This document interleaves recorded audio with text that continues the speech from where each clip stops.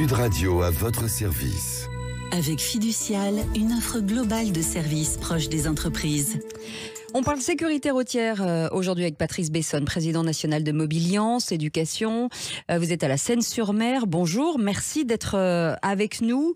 On va rentrer tout de suite dans le vif du sujet. Ce permis à l'âge de 17 ans depuis janvier le 1er janvier 2024. Est-ce qu'une bonne ou une mauvaise mesure finalement ?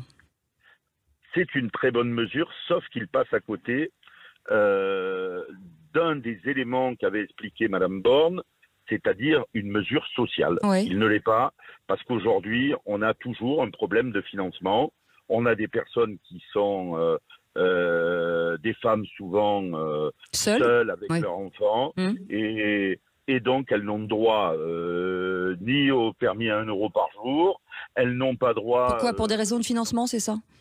Bien entendu, parce qu'elles touchent le SMIC et que derrière ça, les banques ne prêtent pas. Donc, en fin de compte, ces femmes-là qui aimeraient que leur enfant soit mobile, ils ont souvent des CPF et on ne peut pas les utiliser. Oui. L'État ne veut pas. Alors, j'ai entendu Gabriel Attal qui a dit « Je veux m'occuper des personnes qui se lèvent tôt et qui vont travailler, qui sont au SMIC, qui ont droit à rien. » Eh bien, c'est exactement, on coche exactement les cases.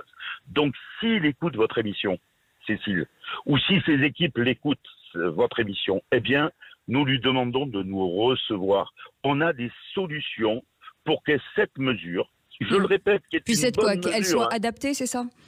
Eh bien, qu'elle coche la mesure sociale. Aujourd'hui, cette mesure va être taxée de mesure pour les riches.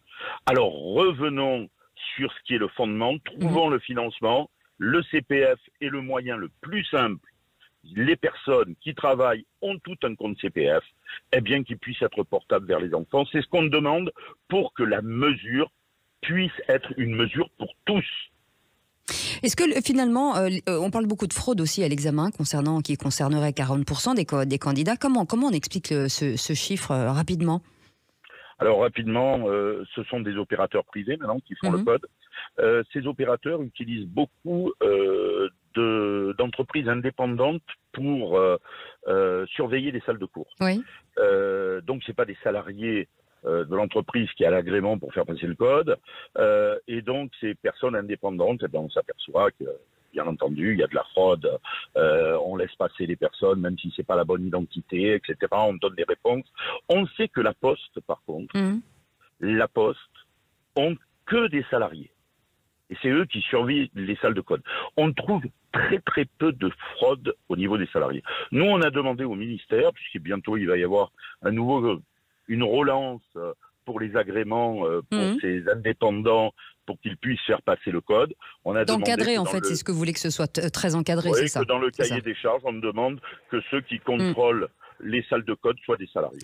Merci beaucoup Patrice Bessonne d'avoir été avec nous, président national de Mobiliance, Éducation et Sécurité routière. Vous restez avec nous. On vous souhaite la bienvenue sur Sud Radio. Sud Radio à votre service. Avec Fiducial, une offre globale de services proches des entreprises.